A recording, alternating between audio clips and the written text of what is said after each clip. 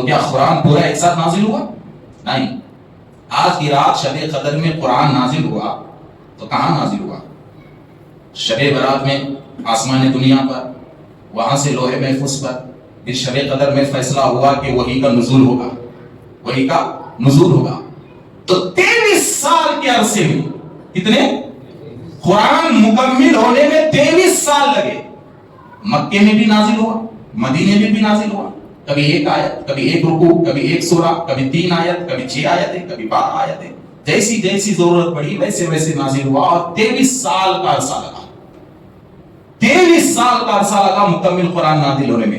تب یہاں ایک سوال پیدا ہوتا ہے کہ اے اللہ، تو نے دنیا کو بنانا چاہا تو صرف تو نے کن کہا، ہو جا کہا تو ہر چیز ہو گئی. تو نے جب دنیا بنانا چاہا تو ہو جا کہا تو ہو گئی. پانی ہو جا، پانی کو کہا کن تو پانی بن جا، پانی بن گیا. آسمان سے کہا کن تو آسمان ہو جا، آسمان ہو گیا. سورج سے کہا کن تو سورج ہو جا تو سورج ہو گیا. چاند سے کہا کن فیکون ہے، چاند تجھے جیسا ہونا ہے ارادے رب کے حساب سے تو ویسے ہو جا. تو اللہ کے ارادے کے حساب سے چاند ہو گیا. تو رب نے ہر چیز کو حکم دیا تو وہ ہر چیز بنتے گئی. کن فیکون، جیسا ہونا ہے ہو جا، جیسا ہونا ہے ہو جا. تو لفظ کن کے حکم سے ہر چیز ایک ساتھ ہو گئی. اور کتنے وقت میں ہوئی یہ بھی نہیں بول سکتے، اس لیے کہ وقت کو بھی اللہ نے کہا کن تو وقت بن جا تو وہ بن گیا. تو ہر چیز ہو گئی، ہر چیز ہو گئی اور ایک ساتھ ہو گئی. تو ایک سوال دل میں پیدا ہوتا ہے کہ ان اللہ علی کل شیء قدیر، اللہ اپنے آپ کو کہتا ہے کہ ہر چیز پہ قدرت اللہ کی ہے اور بغیر اللہ کی قدرت کے کچھ نہیں ہو سکتی. تو جب ساری چیزیں رب کے ایک حکم پہ ہو گئی اور یہ ساری دنیا ایک ساتھ اللہ کے ایک حکم پہ ہو گئی، تو پورے 30 پارے اللہ کے ایک حکم پہ ایک ساتھ کیوں نہیں اترے؟ یہ بڑی سوچنے والی بات کہ پورے 30 پارے اللہ کے ایک حکم پر ایک ساتھ کیوں نہیں اترے؟ اس میں راز کیا ہے؟ تو میں آپ کو اس کی وجہ بتلاتا ہوں کہ اللہ نے قرآن کو ایک ساتھ نازل کرنے میں کیوں روکے رکھا، کیوں روکے رکھا. تو یہاں اللہ تعالیٰ اپنے حبیب کا تعلق بتا رہا ہے کہ رب سے کتنا ہے، اس کا پیار بتلا رہا ہے کہ رب سے پیار کتنا، اس کا تعلق بتا رہا ہے کہ مصطفیٰ سے کتنا گہرا تعلق اللہ کا ہے. اور کیسے بتا رہا ہے؟ دیکھیے کہ میرے دوستو 23 سال، کبھی ایک آیت، کبھی 2، کبھی 3. تو یہ تھوڑے آیتیں کیوں اتری، ایک ساتھ قرآن کیوں نہیں اتری؟ اس کی وجہ کیا ہے؟ تو وجہ سامنے آتی ہے کہ جب رسول اللہ مکے میں لا الہ الا اللہ کہیں گے تو ساری دنیا آپ کو چھوڑ دے گی. چھوڑ دی نا ساری دنیا.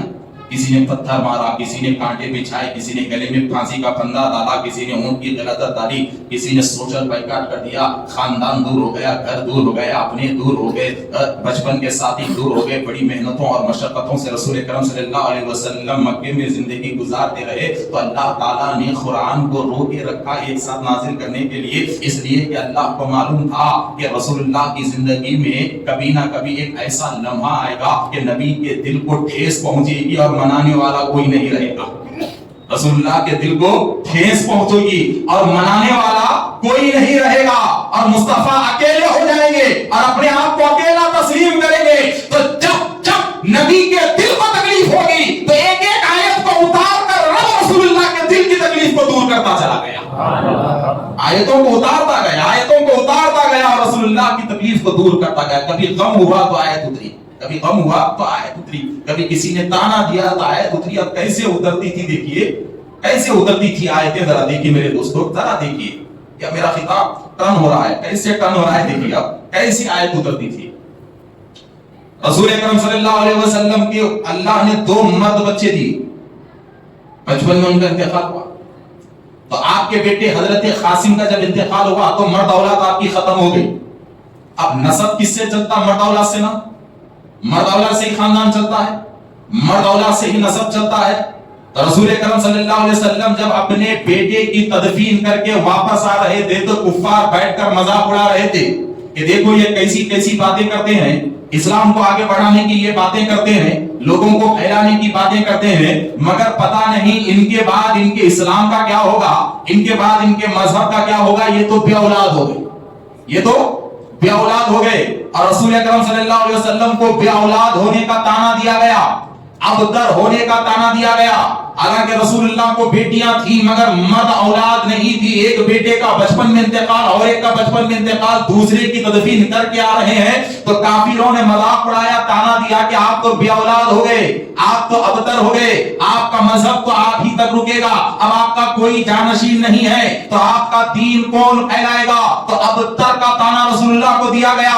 تو جب رسول اکرم صلی اللہ علیہ وسلم نے یہ بات سنی تو رسول اکرم کو دل کو بڑی تکلیف ہوئی اور آقا دو عالم صلی اللہ علیہ وسلم کی آنکھوں سے آنسو نکل گئے, اس لیے کہ ابھی تو بیٹے کو دفنا کے آ رہے تھے. ذرا سوچئے کہ وہ باپ جو اپنے ہاتھوں سے بیٹے کو دفنا کے آ جائے اس کی دل کی حالت کیا ہوتی ہے, اس کی دل کی تکلیف کیا ہوتی ہے. اور ایسے تکلیف کے عالم میں کافر کفار بے اولاد ہونے کا تانا دیتے ہیں, ابتر کہہ کے پکارتے ہیں, بے اولاد کہہ کے پکارتے ہیں, نسب نہ چلے گا, حسب نہ چلے گا, خاندان نہ چلے گا, ایسا نعرہ دے رہے ہیں. رسول اکرم صلی اللہ علیہ وسلم تنہائی میں چلے گئے, آنکھوں سے آنسو جاری ہے, بڑے غمگین رسول اللہ ہیں. تو حضرات محترم ذرا دیکھیے کہ اللہ کا تعلق مصطفیٰ سے کتنا گہرا ہے. ارے جب آنکھوں سے آنسو نکلتے, آنسو پوچھنے کے لیے جبریل آیت قرآن کو لے کر آتے, آیت قرآن کو لے کر آتے. ادھر آنسو نکلے, اولاد کے غم میں رسول اللہ ڈوب گئے اور کافروں کا تانا یاد آتا ہے, تم بے اولاد ہو, تم ابتر ہو, تم بے اولاد ہو, تم ابتر ہو. یہ کافروں کا تانا یاد آتا ہے,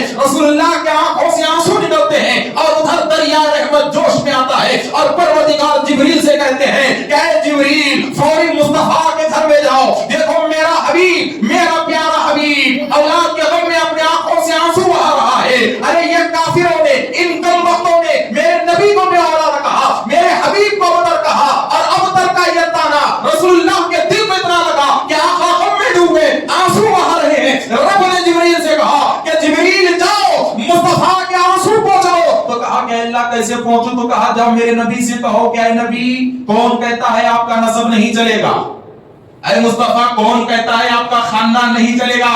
ارے اللہ نے ہر معاملے میں آپ کو سب سے الگ رکھا ہے, ہر معاملے میں آپ کو سب سے جدا رکھا ہے.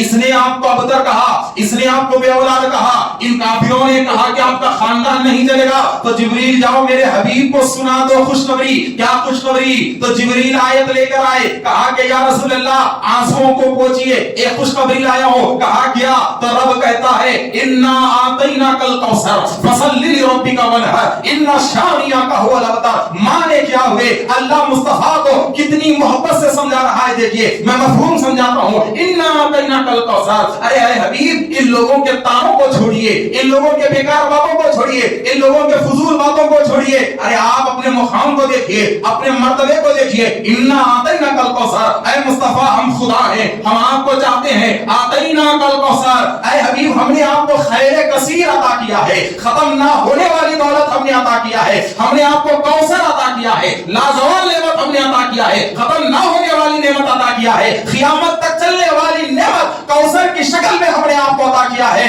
اے مصطفیٰ اب آپ ایک کام کیجئے, فصل لربک وانحر, بس آپ اپنے رب کا شکرانہ ادا کیجئے, نماز پڑھیے, قربانی دیجئے. اب رہی وہ گستاخ کی بات, جس نے آپ کو بے اولاد کہا تو رب کا فیصلہ ہے ان شانئک هو الابتر. اس نے آپ کو ابتر کہا, اس نے آپ کو بے اولاد کہا, تو اے حبیب یہ رب کا فیصلہ ہے, بے اولاد آپ نہیں رہیں گے. جس نے آپ کو بے اولاد کہا وہ بے اولاد ہو جائے گا, جس نے آپ کو بے اولاد کہا وہ بے اولاد ہو جائے گا.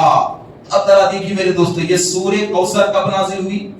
جب رسول اللہ کو بے اولاد ہونے کا تانا دیا گیا, یہی ہے نا, جب میرے نبی کو ابتر کہا گیا. اور یہاں اللہ کہتا ہے کہ آپ بے اولاد نہیں ہیں, آپ ابتر نہیں ہیں. انا اعطیناک الکوثر, ہم نے آپ کو کوثر جیسی نعمت دیا ہے, آپ کا خاندان چلے گا. تب صوفیہ کی بارگاہ میں اور صوفیہ جواب دیتے ہیں کہ بے شک کوثر ایک عظیم نعمت ہے, کوثر ایک عظیم نعمت ہے. رسول اللہ صلی اللہ علیہ وسلم کی بارگاہ میں بے اولاد ہونے کا تانا دیا گیا تو اللہ نے کوثر جیسی نعمت کی شکل میں بی بی فاطمہ کو پیدا کیا.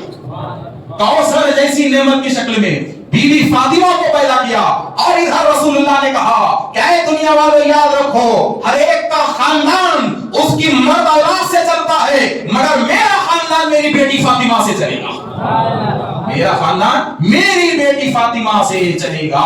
حضرات محترم, پھر ایک معنی یہ بھی آئے مفسرین کے کوثر یعنی کہ محشر کے میدان میں حوض کوثر پر آپ کی حکومت ہوگی. کوثر جیسے مقام پر آپ کی حکومت ہوگی تو ذرا دیکھیے میرے دوستو، جب جب ضرورت پڑی کہ رسول اللہ صلی اللہ علیہ وسلم کو سمجھانے کے لیے، آپ کی شان بتانے کے لیے، آپ کو سہارا دینے کے لیے ایک ایک آیت، دو دو آیتیں، تین تین آیتیں ایسے نازل ہوتے رہے.